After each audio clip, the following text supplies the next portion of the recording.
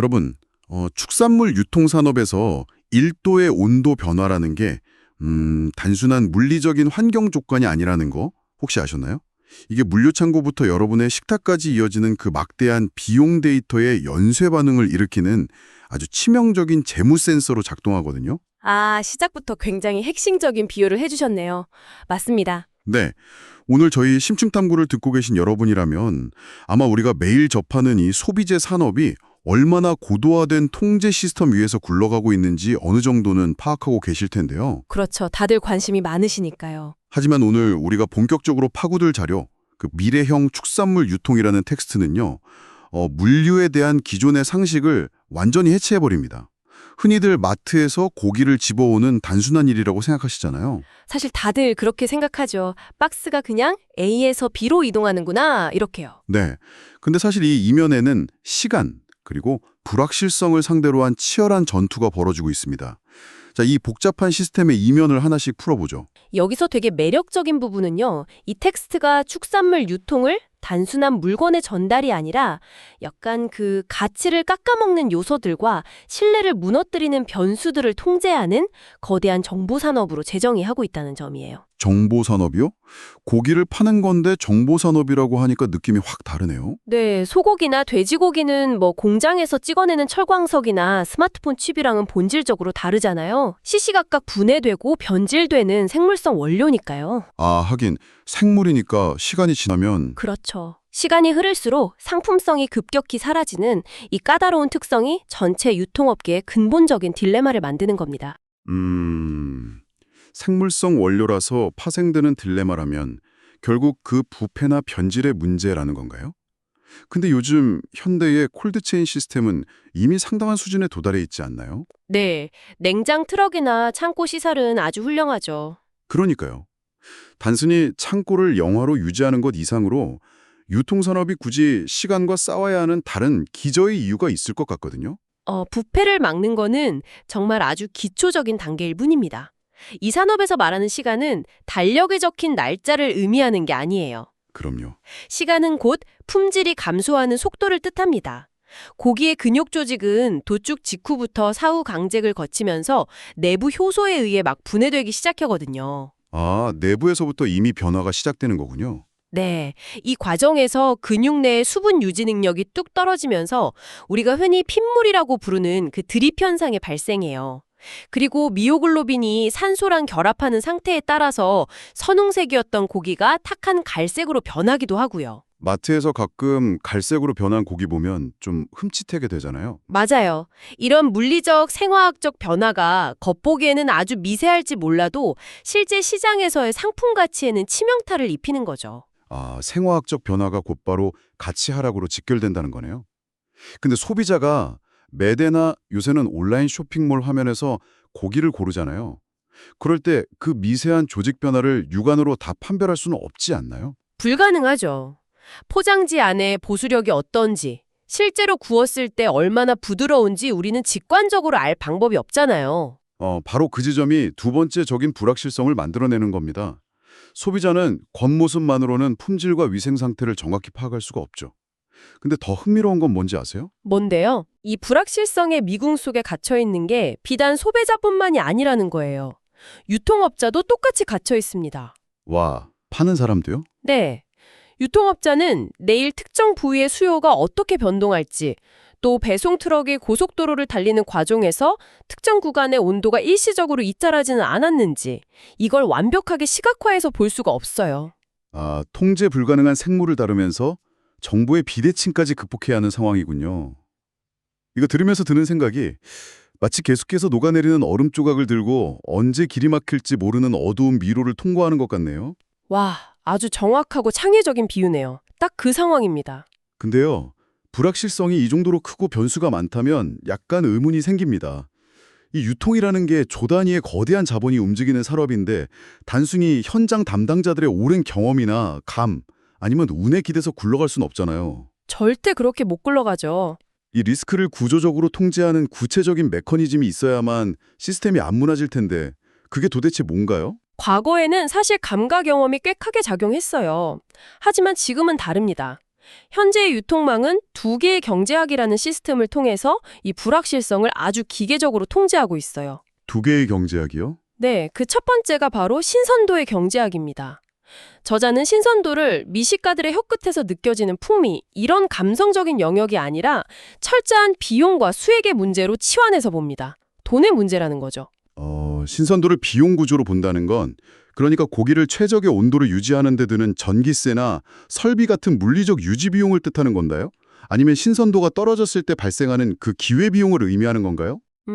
둘 다 포함되긴 하는데 본질적으로는 시간의 흐름을 관리하는 재무적 배칭에 가깝습니다. 구체적인 시나리오를 하나 생각해 볼까요? 네, 좋아요.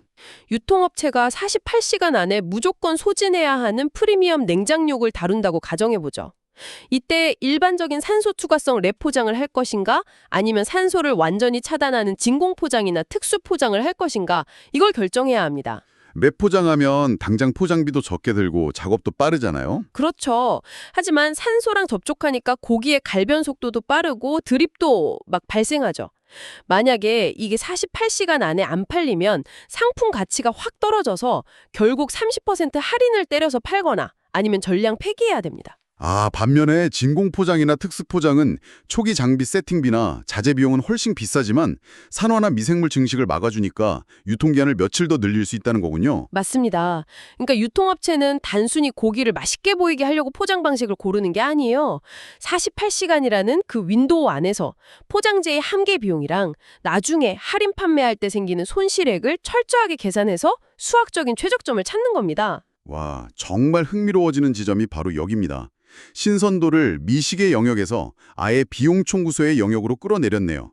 냉장으로 계속 팔지, 선제적으로 냉동으로 얼려버릴지 이런 모든 과정이 고기의 생화학적 시계를 늦추기 위한 철저한 재무 설계군요. 정확합니다.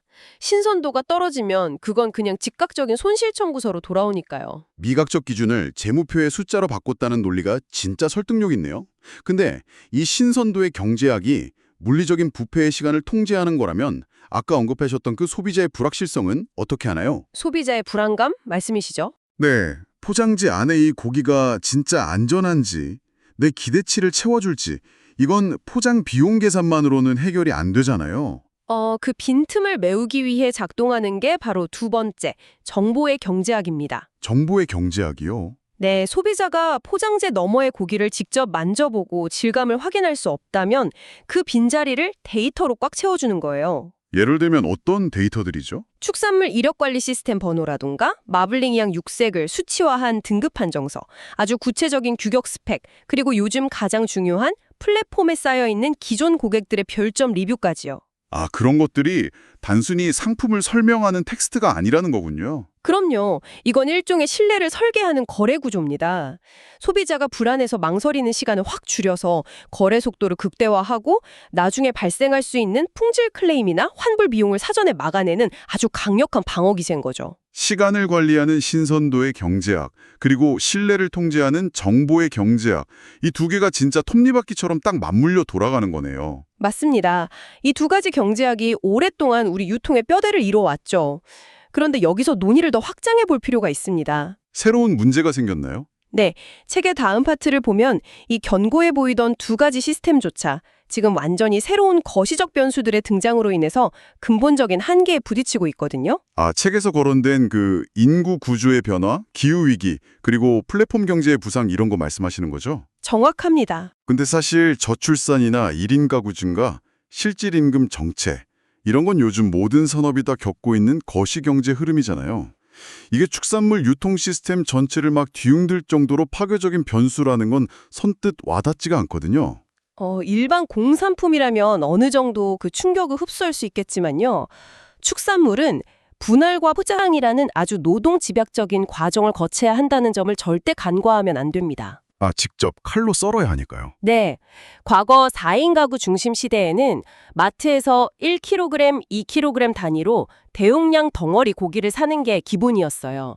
한 번만 쓱 자르고 포장 라인을 거치면 엄청난 물량을 소화할 수 있었죠. 그렇죠. 저 어릴 때만 해도 고기는 무조건 한 근, 두 근 이렇게 문통으로 썼던 기억이 나네요. 근데 지금은 1인 가구가 폭발적으로 늘어났고 또 집에서 거창하게 요리하기보다 간단한 내식을 선호하잖아요. 그래서 수요가 200g 단위의 아주 작은 소포장이나 그냥 뜯어서 굽기만 하면 되는 밀키트 형태로 극단적으로 쪼개졌습니다.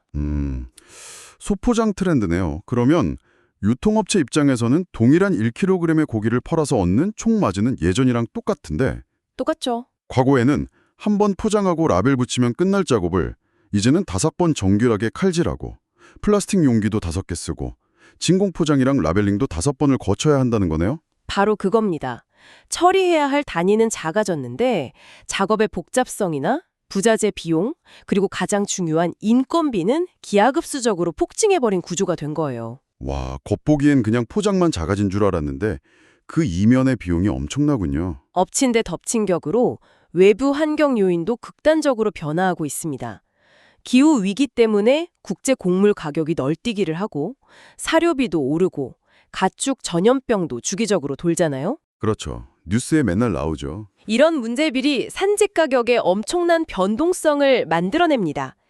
과거에는 이런 변동성이 어쩌다 한 번 일어나는 예외적인 위기였다면 이제는 유통업체가 매일매일 디폴트로 감당해야 하는 기본 조건이 되어버린 거예요. 비용은 구조적으로 막 폭증하는데 원가는 통제 불가능할 정도로 요동치고 있군요. 여기에 플랫폼 경제라는 완전히 새로운 룰까지 얹어졌잖아요.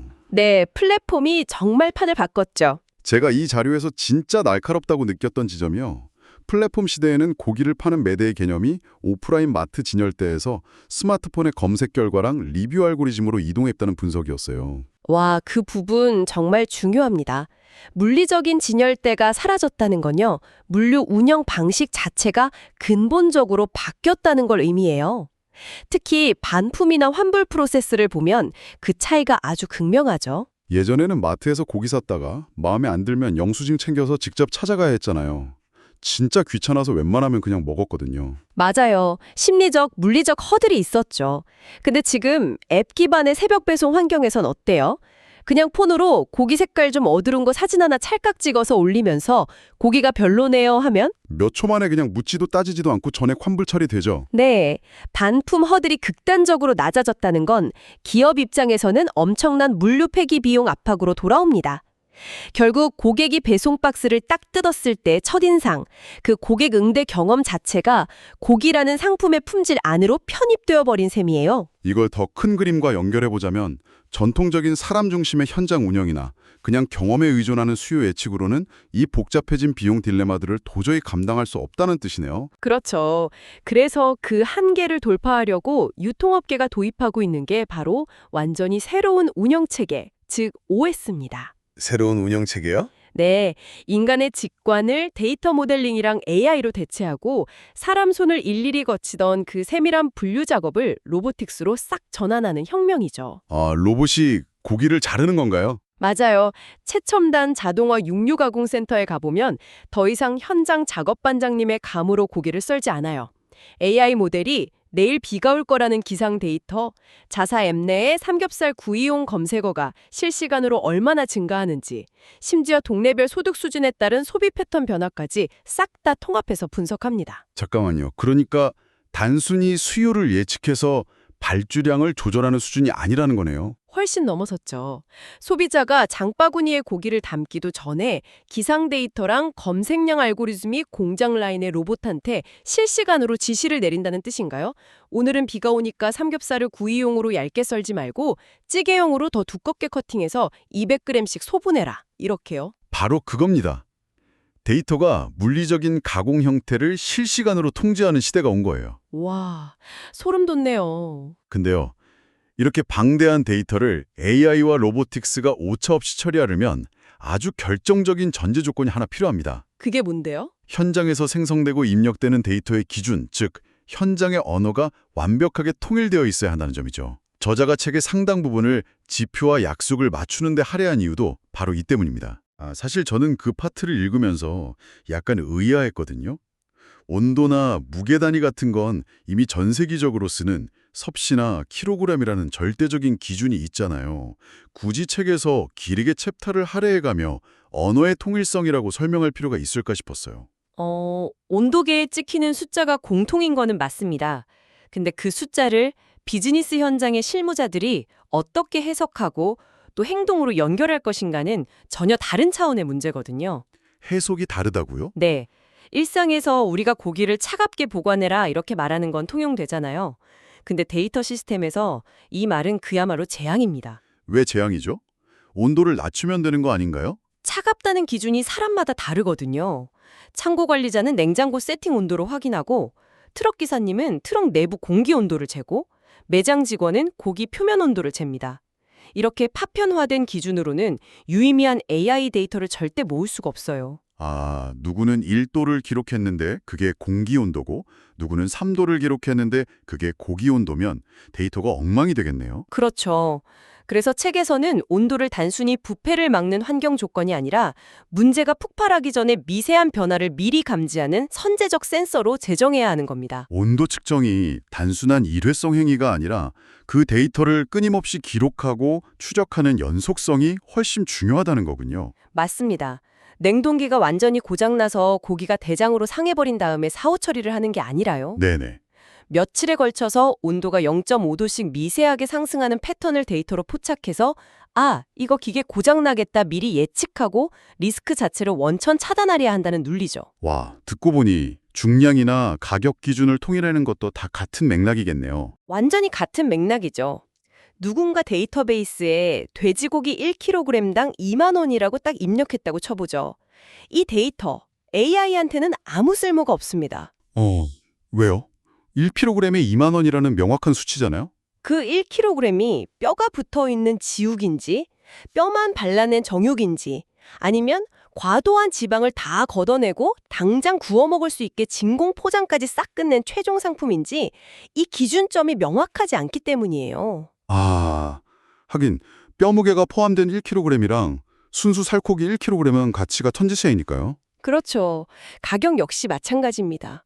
이게 순수한 원육 가격인지 아니면 냉매제나 포장 부자재 비용, 심지어 아까 말한 반품 발생 확률을 계산한 리스크 비용까지 싹 다 포함된 총 비용인지 사전에 합의된 명확한 약속이 있어야만 합니다. 만약에 그 기준이 흔들리면 결국 이 산업에서 제일 핵심적인 두 가지 개념이잖아요. 손실이랑 수율, 이 계산식 자체가 완전히 왜곡될 수밖에 없겠네요. 정확히 보셨습니다. 저는 이 책이 유통업에서의 손실과 수율을 완전히 재정의한 부분에서 진짜 저자의 깊은 통찰력을 느꼈거든요. 흔히 손실이라고 하면 우리는 그냥 유통기한 지나서 폐기장에 버려지는 그 썩은 고기, 그것만 생각하기 쉽잖아요. 근데 이 책은 손실을 단순한 폐기가 아니라 아주 작은 누수들의 합으로 바라봅니다. 작은 누수들이요? 네, 가공 과정에서 떨어져 나가는 자투리 고기들, 진공 포장이 미세하게 터져서 다시 뜯고 포장해야 하는 재작업 인건비, 그리고 보관 온도 편차 때문에 고기에서 핏물이 빠져나가면서 실제 중량 자체가 줄어드는 감량 현상까지요. 눈에 띄게 큰 덩어리가 버려지는 게 아니라 곳곳에서 돈이 조금씩 줄줄 새고 있는 거네요. 이익을 다 갉아먹는 진짜 손실인 거죠. 정교한 AI 시스템은 바로 이 눈에 보이지 않는 미세한 구멍들을 싹 포착해서 틀어막기 위해 도입되는 거고요. 반대로 수율, 그러니까 원물에서 최종적으로 판매 가능한 고기가 얼마나 나오느냐 하는 비율도 완전히 새롭게 다가왔어요. 보통 수율은 작업장 기술자분들이나 정육점 사장님의 현란한 칼질 솜씨, 다시 말해 개인의 숙련도에 달린 거라고 여겨왔잖아요. 숙련도도 당연히 어느 정도 영향을 미치죠. 하지만 현대화된 이 고도 시스템에서 수율은 철저하게 설계의 결과물입니다. 설계요? 네, 아까 말씀드린 그 AI 모델 예시를 다시 떠올려 보세요. 이 돼지고기 한 판을 1인 가구용 구이로 얇게 슬라이스해서 200g씩 담을 것인가, 아니면 캠핑족을 타겟으로 5cm 두께의 바비큐용으로 큼직하게 자를 것인가. 어떻게 자르느냐에 따라 버려지는 부위가 달라지니까요? 그렇죠. 그 스펙을 결정하는 최초의 데이터 기획 단계에서 이미 버려지는 고기의 양과 최종 수율의 80% 이상이 결정된다는 뜻입니다. 와, 수율은 칼끝이 아니라 데이터 설계에서 이미 판가름 난 거군요. 네, 이렇게 온도, 중량, 손실, 수율에 대한 완벽하게 통일된 지표가 현장에 구축되어야만 비로소 자동화 시스템이 생물성 원료의 그 지독한 불확실성을 통제하는 진정한 운영 체계로 작동할 수 있습니다. 기계는요, 모호한 언어로는 단 1mm도 안 움직이거든요. 지금까지 저희가 이 복잡한 유통업계 내부의 룰과 지표들, 수율의 설계 과정들까지 아주 깊숙이 파고들었는데요. 듣다 보니 이런 의문이 생깁니다. 어떤 의문이시죠? 유통업계의 종사자가 아니라 이 시간에도 오늘 저녁 메뉴를 막 고민하면서 장바구니 앱을 둘러보고 있는 우리 일반 소비자들. 즉, 지금 이 방송을 듣고 계신 여러분에게 이 복잡한 물류 톱니바퀴 이야기가 도대체 어떤 쓸모가 있을까요? 저자는 분명 책머리에 이게 일반 독자를 위한 지침서이기도 하다고 명시했거든요. 오늘 이 탐구를 함께 하신 여러분은요, 아마 앞으로 마트나 배송 앱에서 장바구니에 담긴 고기의 가격표를 전혀 다른 시각, 전혀 다른 해상도로 바라보게 되실 겁니다. 해성도가 높아진다는 뜻이군요. 네, 고깃값이 좀 올랐을 때, 중간 상인들이 또 폭리를 취하네? 이렇게 평면적으로만 해석하지 않게 되겠죠. 맞아요. 그 작은 가족표 안에는 기후위기로 인한 국제 곡물가의 변동성, 1인 가구 맞춤형 소포장을 위해 투입된 추가 노동력이랑 플라스틱 비용, 심지어 리뷰 하나에 흔들리는 플랫폼의 환불 리스크를 감당하는 비용까지 싹 다 들어있는 거잖아요. 그렇죠. 이 보이지 않는 수많은 변수들이 꽉꽉 응축되어 있다는 걸 이해하게 되는 겁니다. 더 나아가서 이 책은 단순한 물류 지식을 넘어서 세상을 바라보는 아주 고차원적인 사고방식을 훈련하게 해줘요. 사고 방식의 훈련이요? 네, 눈에 보이지 않는 복잡한 현상들을 어떻게 데이터로 구조화하고 도저히 통제할 수 없어 보이는 리스크를 어떤 방식으로 쪼개서 관리해 나가는지 그 문제 해결의 방법론 자체를 우리 일상이나 비즈니스에 적용해 볼 수 있는 거죠. 정말 그렇네요.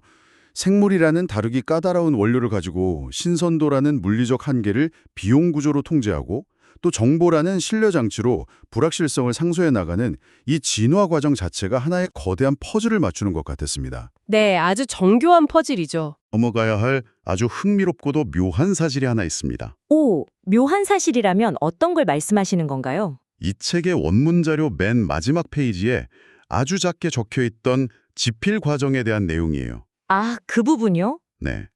이토록 전문적이고 막 현장의 통찰이 뼈저리게 담겨있는 유통서적이 사실은 인간 저자 한 명의 머리에서 단독으로 나온 게 아니라는 겁니다. 그럼 어떻게 쓰인 거죠? 바로 최신 AI 모델인 챗GPT와의 대화와 조율을 통해서 내용이 구조화되고 지필되었다는 점이에요.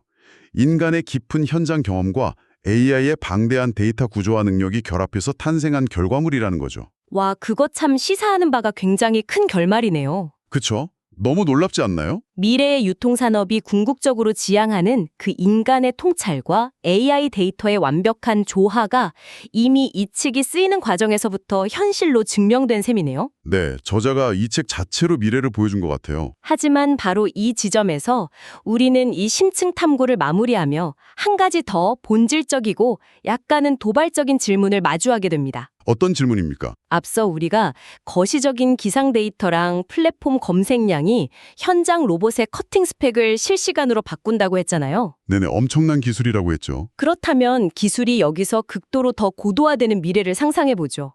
날씨, 지역 물류망의 변수, 심지어 개인의 스트레스 지수, 생체 리듬, 과거 소비 패턴 데이터까지 AI가 완벽하게 통합 분석하는 겁니다. 이 시스템이 유통의 모든 불확실성과 시간차를 0%로 완전히 소거해버리는 날이 온다면 어떨까요? 시간차를 0%로요? 네.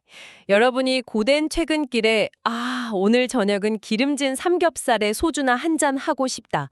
이렇게 스스로 그 욕구를 뇌에서 인지하기도 전에 말이죠. 인지하기도 전에요. 네.